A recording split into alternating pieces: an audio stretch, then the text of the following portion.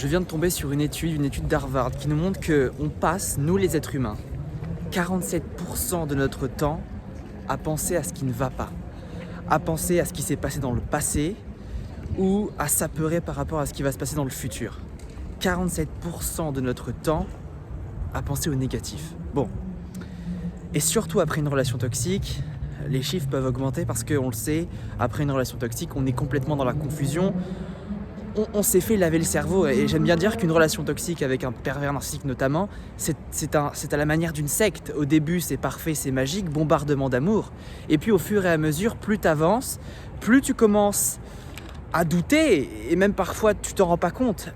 Mais tu te fais laver le cerveau et tu te fais passer sous emprise par le pervers narcissique. Alors juste avant, si toi aussi tu veux apprendre à te reconstruire, à te remettre d'une relation toxique, je t'invite à rejoindre les emails privés. C'est gratuit, je t'ai mis le lien juste en dessous. Chaque matin à 9h, je t'envoie un email avec une astuce, un conseil, une technique pour t'inspirer, pour te motiver à te reconstruire, à comprendre les pervers narcissiques. Donc si ça te parle, tu as le lien juste en dessous, c'est gratuit. Il y a une notion que j'aimerais te partager, j'en ai déjà parlé, c'est la responsabilité. C'est une notion qui est un peu mal comprise parce que souvent on entend dire il faut être responsable de sa vie. Mais souvent les gens pensent à tort que être responsable, ça veut dire être coupable. Mais pas du tout. Moi, après cette relation toxique, j'ai décidé d'être responsable. Et c'est pas pour vous dire je suis coupable, c'est pas de ma faute. C'est pas moi qui ai décidé de rencontrer ce pervers narcissique. C'est pas vous non plus qui avez décidé de rencontrer, de souffrir durant cette relation toxique. En revanche, être responsable, en latin, responsable, ça veut dire répondre à. C'est être capable de répondre à une situation.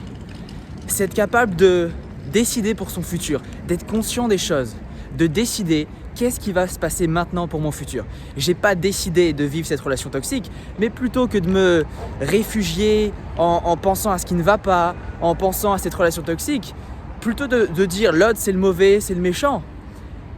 Et peut-être que oui, c'est le cas évidemment, mais plutôt que de faire ça, ce serait mieux quand même de se dire ok, maintenant qu'est-ce que je peux faire pour moi? Qu'est-ce que je peux faire pour mon futur, pour avancer et pour devenir une meilleure version de moi-même? Et je suis pas en train de vous dire il faut culpabiliser. La culpabilité, ça c'est un sentiment terrible. Et peut-être que vous l'avez déjà ressenti comme moi. On a l'impression que c'est de notre faute. Mais ça n'est pas de notre faute. Vous devez, aujourd'hui le message c'est être conscient de vos besoins. Qu'est-ce que vous méritez? Qu'est-ce que vous voulez? Et ça c'est une des clés pour cette année 2020. Commencez à vous dire qu'est-ce que je veux pour moi dans le futur? Qu'est-ce que je veux pour moi dans le futur? Est-ce que vous voulez revivre les mêmes schémas? Ou est-ce que pour cette année 2020, vous voulez vous dire finalement je ne sais pas ce qui va se passer, mais je vais tout donner pour moi, pour ne plus jamais me laisser faire. Et donc de développer votre conscience par rapport aux individus toxiques et ne pas tomber dans le piège des résolutions où on vous dit allez c'est le début de l'année, c'est super, on va commencer à faire de belles résolutions, on est tout excité au début et puis tout tombe à l'eau. Et à la fin de l'année on se retrouve à vivre la même chose, à répéter chaque année les mêmes situations et à souffrir. C'est ça. Vous savez, il y a une étude qui montre que 90% qu'on avait hier, les pensées qu'on avait hier sont les mêmes qu'aujourd'hui. Les pensées qu'on avait hier sont à 90% les mêmes qu'on a aujourd'hui. Alors est-ce que vous voulez vivre la même chose? Je pense pas.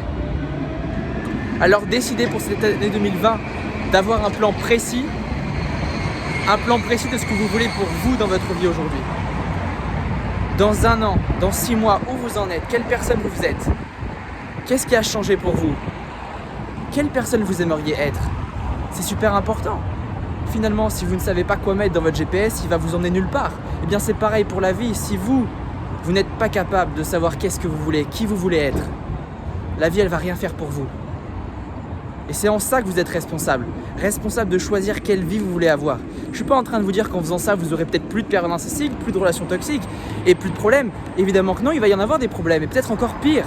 Mais quand on donne un sens à sa vie, peu importe les difficultés, quoi qu'il arrive, on a un sens, on a un pourquoi et on avance tout simplement. Des problèmes, on en vivra tous les jours. Ça fait partie de la vie, hein. C'est un équilibre, c'est une dualité, il n'y a pas de noir sans blanc, il n'y a pas de jour sans nuit. Eh bien c'est pareil pour les difficultés.